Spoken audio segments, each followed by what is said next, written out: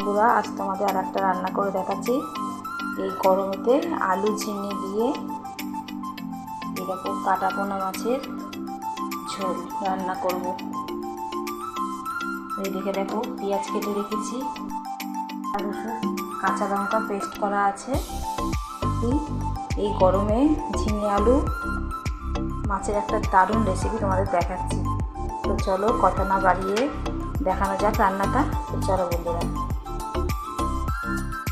এদিকে দেখো কড়াই তেল দিয়ে দিয়েছি, তেল গরম হয়ে গেছে। এবার মাছগুলো একে একে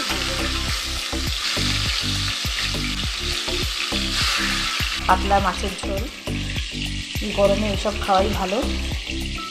দেখো মাছগুলো সব দিয়ে দিয়েছি, এগুলো ভাজা হয়ে গেছে আমার সব। মাছগুলো এবার তুলে নিচ্ছি। তো মাছ ভাজা তুলে নিয়ে ওই তেলের মধ্যে জিরে ফোড়ন দিয়ে পেঁয়াজ আদা রসুন ভেজে নিয়ে কেটে রাখা সবজিগুলো দিয়ে একটু ভালো করে ভাজবো। তারপর একে একে সব মশলা দেবো। জিরে, নুন, জিরে গুঁড়ো দিয়ে ভালো করে ভাজাবো। এগুলো এখন ভাজা হয়ে গেছে মশলার সাথে। এবার জল দিয়ে ঢাকা দিয়ে দেবো। জলটা দিয়ে একটু নাড়িয়ে ছাড়িয়ে এবার ঢাকা দিয়ে দেবো, যাতে সিদ্ধ হয়ে গেলো। যতক্ষণ না সিদ্ধ হয় ঢাকা দিয়ে রাখবো। মাছ দেখো তরকারি ঢাকা করে দিল, আলুগুলো গলে গেছে।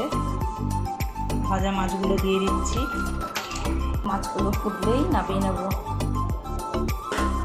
ঢাকা দিয়ে দিই মাছগুলো যাতে একটু ঝোলের সাথে ফুটে যায়।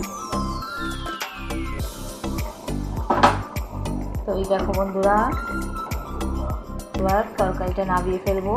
তো আমার কমপ্লিট ঝিঙে আলু দিয়ে মাছের ঝোল এই গরমে। তো ভালো লাগলে ভিডিওটা লাইক কমেন্ট শেয়ার করে দিও বন্ধুরা। চলো বন্ধুরা, ভিডিওটা যেখানে শেষ করছি। ভালো থেকো সবাই, সুস্থ থেকো, এক অন্য ভিডিওর সাথে। তো চলো বন্ধুরা, টাটা।